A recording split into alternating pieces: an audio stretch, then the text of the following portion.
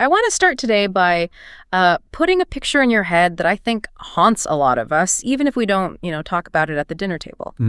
It's this really fundamental contradiction of the modern world. You look at a map, right, and you zoom in on regions that are, geologically speaking, they're absolute treasure chests. Right. I'm talking about places sitting on these massive veins of gold, manganese, fertile alluvial soil, huge river systems. I mean, by all accounts, these places should be the economic engines of the planet. The Garden of Eden scenario, basically. Exactly, the Garden of Eden. But then when you actually zoom in on the people living there, it's often just abject misery. Yeah. We're talking about starvation, illiteracy, just a daily grinding struggle for survival. Yeah. And then, okay, flip the coin. You look at our intellectual history, we have these brilliant philosophical systems, communism, capitalism, various religious social theories. On paper, they look perfect. On paper, they look like clockwork. They promise utopia. But when you actually try to build a functioning society out of them, the gears just grind, the machines start smoking, and eventually the whole thing just falls apart. It just falls apart. So the question we are wrestling with today is, why? What is the missing variable here? We have the resources, we have the brains. Why can't we make it stick? It is the paradox of plenty. And to answer it, we're not looking at modern economics today, and we're not looking at political science. We're going to do a deep dive into a concept from the philosophy of Sri Sri Anandamurtiji. Okay. It's a Sanskrit concept called Prama. Prama. Now, I know the moment I say a Sanskrit word, half the audience thinks we're about to do breathing exercises or talk about chakras, right?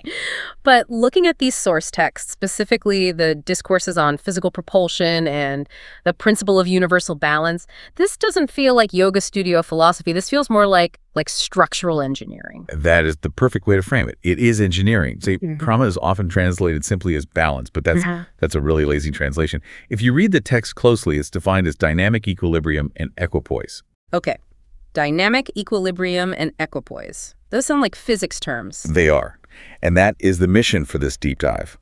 We are going to unpack how this specific type of balance, this Prama, is the governing law for everything. Everything. And I don't use everything lightly. Yeah. We're going to talk about how Prama dictates the health of a single cell in your body, the stability of the global supply chain, why a painting looks ugly or beautiful to the human eye, and essentially why civilizations collapse. So it's basically a theory of everything. It's a blueprint for harmony.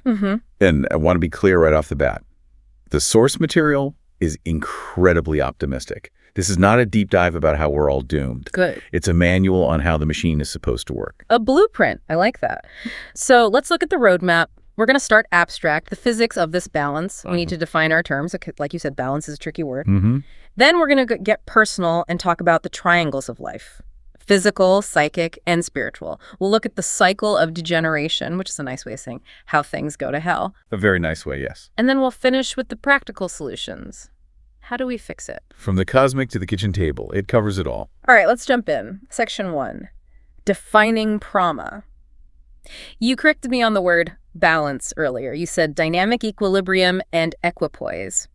In normal conversation, I use those interchangeably. The market is in equilibrium, or he kept his equipoise. What is the distinction the source is making here? This is probably the most critical concept to grasp. If you get this, you get the whole philosophy. So let's look at the etymology that's provided in the text. Prama comes from the root word ma, which means to measure or to fathom. And the prefix pra implies a specific dynamic quality. So strictly speaking, it is a measured balance. Yeah. But to really understand the nuance, we have to look at the two analogies the source provides. The first one is the tug of war. All right, so imagine two teams, Team A and Team B. They're pulling on a thick rope. Now imagine both teams are pulling with the exact same amount of force, let's say. 500 pounds of pressure on the left, 500 pounds on the right. What happens to that little flag in the middle of the rope? It stays dead center. It doesn't move an inch. Right. To a casual observer walking by, it looks static, it looks peaceful even, but is it passive? No way. There's massive tension there. Veins are popping, people are sweating. If one person slips, the whole thing snaps. Exactly. That is physical equilibrium. It is balance based on equal strength. It represents a cancellation of opposing forces, and it's incredibly unstable because if one side gains even an ounce of strength, the equilibrium shatters. So it requires this constant, exhausting force just to maintain it. A constant, exhausting force. Okay, so that's equilibrium, strength against strength. Now, the second analogy, the brinjal on the scale. And for our American listeners, brinjal is eggplant. Laughing. Right. Eggplant. This is the concept of equipoise. This is a whole different ballgame. Imagine an old-fashioned weighing scale, with the two pans. Got it. On the left pan, you place a standard iron weight. Let's say a 1 kilogram block of iron. It's small, it's dense, it's hard, and it's cold. Okay, very dense. On the right pan, you want to balance it. But you don't use another block of iron, you use eggplants. Now, a kilogram of eggplants is, it's a lot of vegetable. A big pile. A huge pile. They're purple, they're squishy, they're voluminous. They take up, 10 times the space of that little iron weight. They look completely different. There's no comparison in form. Totally different nature, different form, different volume, different texture. Mm-hmm. But if you put exactly 1 kilogram of eggplants on the right, what happens to the scale? It balances. It becomes perfectly level. That is equipoise. It is balance in value or weight, despite a massive difference in form. And this is why Prama is so revolutionary as a social concept. It doesn't mean everyone has to be identical. You don't need two iron weights to have balance. You can balance the hardness of industry, the iron, with the organic softness of agriculture, the eggplant. Mm-hmm. As long as their specific gravity in the system is respected, you have Prama.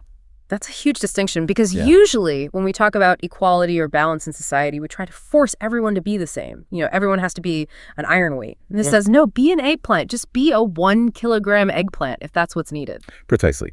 It allows for diversity within unity. And the text takes this concept and then zooms out to the absolute maximum level, the creation of the universe itself. It introduces something called the Gunatrikona. The triangle of forces. Yes. So the source cosmology describes the universe as this constant play of three fundamental forces. You have the sentient force, which is the force of consciousness, awareness, the I am feeling. Okay. Then you have the mutative force. That's the force of action, change, chaos, raw energy. And finally, the static force, the force of solidity, structure, and inertia, matter. And these are always fighting or interacting. They're constantly transforming into one another. In the primordial phase, before the Big Bang, before anything exists, these three are in a perfect triangle, a perfect Prama. So they cancel each other out. Perfectly. Yeah. Sentient becomes mutative, mutative becomes static, static becomes sentient. It's just this endless contained loop of transformation. So nothing happens. Nothing manifests. It's just pure, unexpressed potential.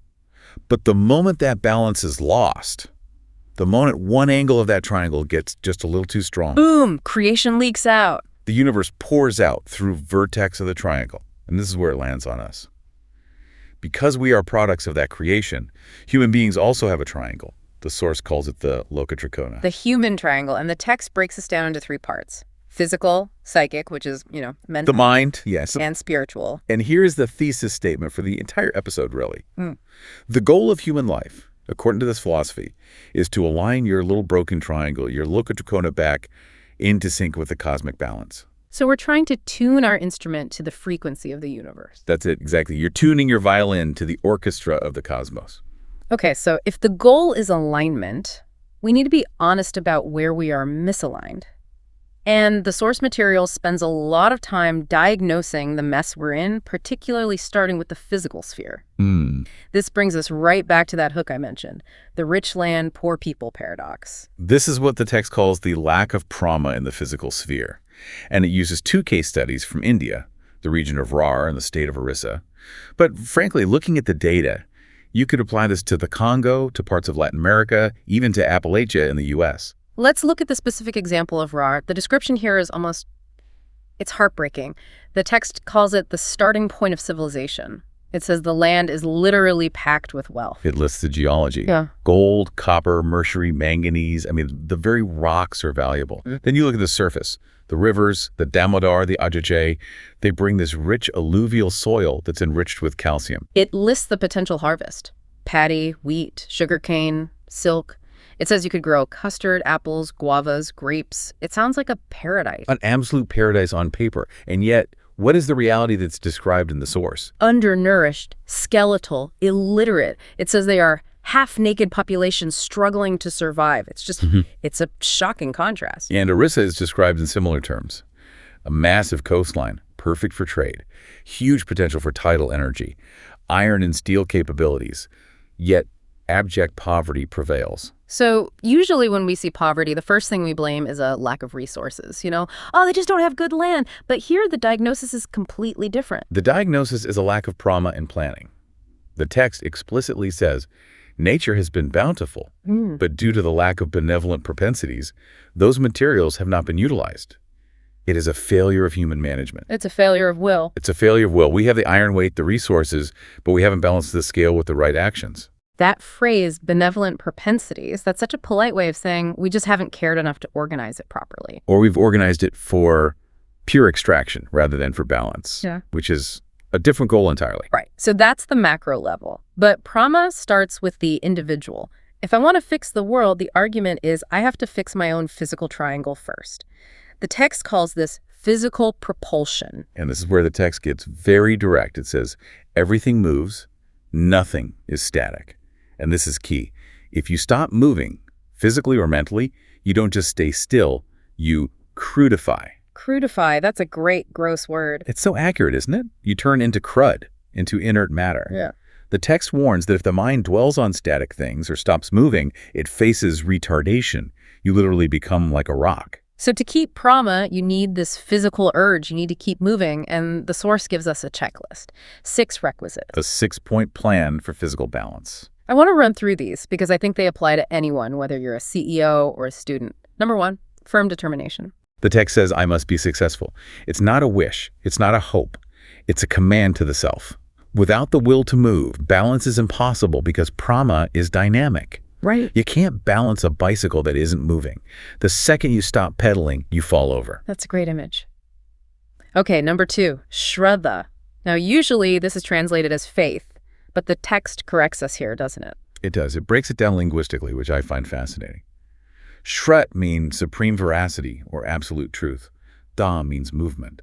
So Shraddha isn't blind faith. It's the movement of your life energy toward the ultimate truth. So it's about respecting the goal. You have to respect the goal you're running toward.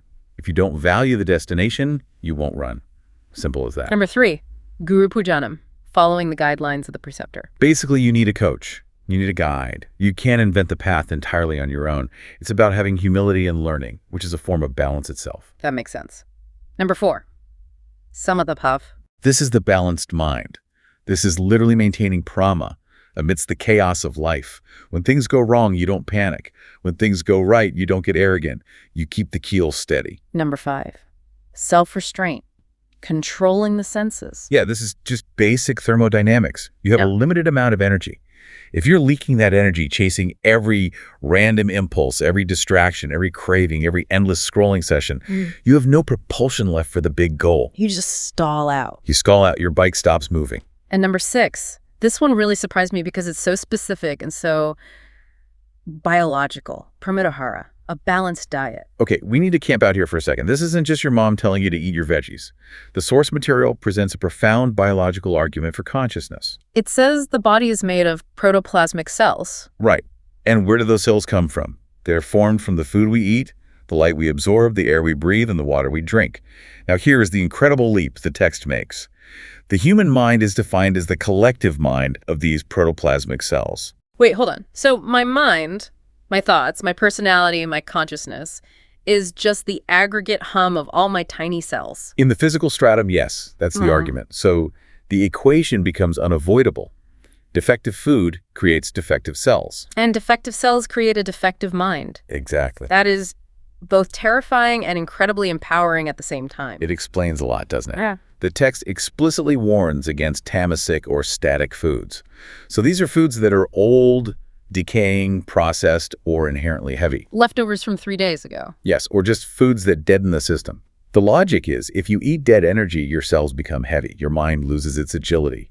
You literally cannot maintain dynamic equilibrium if your fuel source is static. So my physical Prama isn't just about the economy. It's literally about what I put in my mouth at lunch today. It starts there. It's the most fundamental level of control we have. Okay, so let's say we've got the physical sorted. We're eating right, we're determined, we're moving. Now we move up the triangle to the psychic sphere, the mind. The psychic sphere. Now, the function of the mind, put simply, is thinking and recollecting.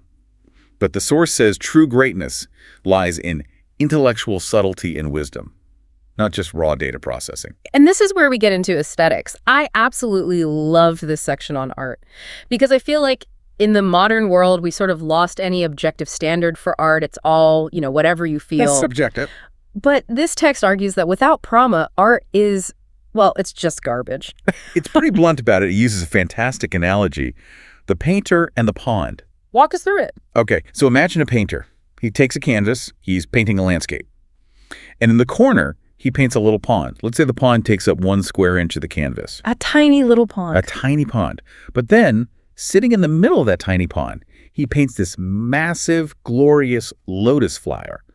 A lotus that is 2 square inches. So the flower is literally twice the size of the lake it's supposed to be sitting in. Exactly. Physically, it's impossible.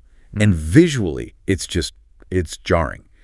And the verdict from the source is no sense of proportion.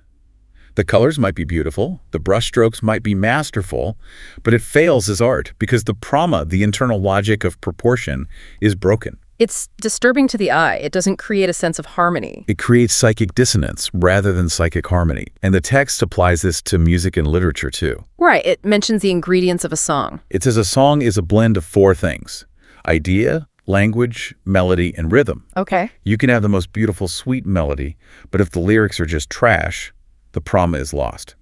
You can have the most profound lyrics, but if the rhythm is clunky and awkward, the whole thing fails. It's lifeless. A true artist balances all 4 components in equipoise. So beauty isn't random. Beauty is recognized balance. Our brains are wired to appreciate Prama. That's the argument. Correct. Now, how do we apply this to our own minds? The text gives us another list, a psychic urge. How do we make our own minds beautiful and balanced? 3 factors again. The first one is pranipada, surrender. The metaphor here is so powerful. It's called sashtunga pranama. It means lying flat on the ground like a rod. Totally straight. And the quote is just brilliant. However crooked I may be to others, to my ideology, I am straight. I love that line. It's about profound intellectual honesty. We all have crooked personalities. We get cranky. We have weird habits. We're not perfect. But in our pursuit of truth, we must be straight. We must align ourselves completely with the ideology we follow. It's a surrender of the ego's constant need to be right in favor of what is actually true. That's a big ask. Okay, the second factor is paraprashna, detailed questioning. But be careful. This isn't just about being a trivia buff. The source has a great warning here against becoming a ship of knowledge. Just a vessel carrying around facts that you don't use. I know the capital of Peru. I know the exact speed of light. Who cares? That's static knowledge. It's just mental clutter. Paraprashna is strategic curiosity. It's asking questions that facilitate progress. Why is this system failing? What is the root cause of this suffering? How can I fix my own mind? It's questioning with a purpose for the welfare of the cosmos. And the third is seva, service. But the distinction the expert makes here is huge. Unilateral versus mutual. This is a distinction that I think most people miss their entire lives. Most of what we call service in our society is actually just a mutual transaction. I scratch your back, you scratch mine. That's it. I give you salt, you give me money. I volunteer at the big charity gala, and I get social clout and my picture in the paper. That is business. It maintains a social equilibrium, sure. But it does not expand the mind. It doesn't create psychic prama. So what is true seva? What makes it different? True seva is unilateral. It is one way. You give to the plants, you give to the animals, you give to suffering people without any expectation of return. Not even a thank you. Why does that specific detail matter for the mind, the no expectation part? Because it breaks the ego's boundary. When you give without expecting anything back, you are implicitly acknowledging that the other person or animal or plant is part of you. It expands your consciousness. If you expect a return, you are still trapping yourself in the me versus you duality. Wow. If it's mutual, it's commerce. If it's unilateral, it's service. I'm going to have to tattoo that on my brain. It's a game changer. And on this topic of the mind, the text also takes a pretty good swing at professional philosophers here. It says, philosophy often becomes lokavyamakaraka. Bless you. It means confusing the people. It calls a certain type of philosophy a psychic disease when it just becomes a labyrinth of words. If your thinking doesn't lead to practical reality, you are just spinning in circles. Prama demands that the abstract connects to the concrete, which is the perfect bridge to the top of the triangle, the spiritual sphere. Because if philosophers are just spinning words, what is true spirituality? Well, first let's look at what it's not. The source savagely critiques what I call the pilgrim trap. Oh man, the people selling their land to go to a holy city? It's a tragedy. The text describes villagers selling their cultivable land, their entire livelihood, just to buy a train ticket to some holy site, take a holy dip in a river, or pour water on a stone deity. And the verdict from the source? One does not acquire any spiritual progress in this way. It's so blunt. It says you are trading your physical security for a hallucination. True spirituality is an internal movement. You can't buy a train ticket to it. So what drives true spirituality? We had physical urge, psychic urge. Now we have the spiritual psychic urge. And it's defined as unconditional love. But it's not a soft, passive, sit-on-a-cushion love. The text uses martial language. It says, "The chariot of my victory will move undaunted, smashing all hindrance." That is high energy, smashing all hindrance. That's not passive at all. It's aggressive optimism. It's a warrior's love. It doesn't care about what people say. It doesn't care about social censure or blame. It is a one-pointed, unstoppable rush toward the infinite. And this leads to the 3 levels of attaining Prama. This gets a little technical, but I think the visual is worth it. It's like leveling up in a video game. That's a good way to put it. Okay, level 1, Prama Samriddhi. This is where you have balanced your physical life. You have food, clothes, health. And that stable base supports your mental and spiritual growth. The base of the pyramid is solid. Okay, level 1 complete. Level 2, Pramarudi. This is the psychic level. The source uses this amazing phrase. It says the ectoplasmic mind stuff gets powdered down. Powdered down. I love that. It sounds like you're refining sugar or something. That's the idea. It means the mind becomes subtle. It loses its roughness, its crudity. It can penetrate deeper and more subtle truths. And finally, the boss level, Pramasiddhi. Absolute equilibrium. The spiritual pinnacle. The mind transcends the psycho-spiritual stratum altogether. And here's the ultimate goal of the entire philosophy, really, the connection of the triangles. Explain that, connecting the triangles. We talked about the Lokatrikon at the beginning, your little human triangle of body, mind, and spirit. Yeah. And the atrikon, the vast cosmic triangle of forces. The goal of Pramasiddhi is to lock them together. Like docking a spaceship into the mothership. Exactly like that. When your individual triangle aligns perfectly with the cosmic triangle, the Kausiki Shakti, the primordial force, what some call kundalini, moves in a perfectly straight line. No friction, no resistance. You are no longer fighting the universe, you are the current of the universe. That is a seriously powerful vision. But, and there is always a but in these discussions. Yeah. We look around at the world and we are definitely not there yet. No, we are very, very far from it. This brings us to section 5, the cycle of decline. How does a society fall apart? The text outlines a very specific pathway, like stages of a disease. That's exactly how it's framed. So balance is natural at creation, but time, place, and human propensities disturb it. The first stage of the fall is derangement. Just a little wobble in the system. The balance is lost. Maybe wealth starts concentrating in a few hands. Maybe art starts getting a little ugly and disproportionate. If it's not fixed, it slides into stage 2, disruption. Now things start actually breaking. Institutions fail, supply chains break, social unrest begins, and if you still don't fix it. You get degeneration. And the source says, this is where human society is today. Economic bankruptcy, cultural degeneration, religious superstition. We are in the final, most serious stage of the disease. Now, there's a fascinating critique here regarding how to fix this. Usually when society gets degenerate, the call from spiritual leaders is, we need to become more spiritual. We need to renounce the world. But the text actually critiques that very approach, using the example of the Buddha.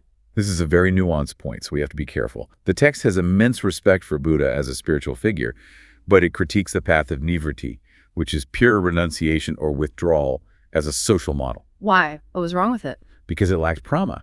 It ignored the social and the physical spheres. The source notes that Buddha didn't prescribe social norms. He didn't leave instructions for marriage ceremonies or naming ceremonies or economic structures. His focus was entirely on the internal, on withdrawal from the world. And the text says, society cannot function on renunciation alone. Exactly. I mean, think about it. If everyone becomes a monk, who grows the food? Who builds the houses? Who runs the hospitals? You need perverti dynamic, worldly expression balanced with spiritual ideation. You need both. And there's a metaphor for that, the flower in the bud. A beautiful one. Physicality is the bud. Psychospirituality is the full-blown flower. So you can't ignore the bud to get the flower. You can't. If you neglect the physical world, the economy, the social structure, the health of the body, the flower will never bloom. It will just wither on the vine. You can't just meditate your way out of a starving society. And the consequences of this imbalance, the text lists them out. Frustration, shortages. It's a cascade of failure. Yeah. Food shortages lead to clothes shortages, then water, then even air. It's a downward spiral. Yeah. And ultimately, it leads to suicide or extinction if it's not checked. Okay, that's the doom part of the deep dive. But we promised optimists. We promised solutions. Let's move to section 6, the path to restoration. If we are in this state of degeneration, how do we climb out? The source is unequivocal. It is not ambiguous at all. Priority number 1 is the physical sphere. You cannot preach philosophy to a starving person. Exactly. The text says if physical Prama is lost, antisocial elements take over. It's survival of the fittest in the worst possible way.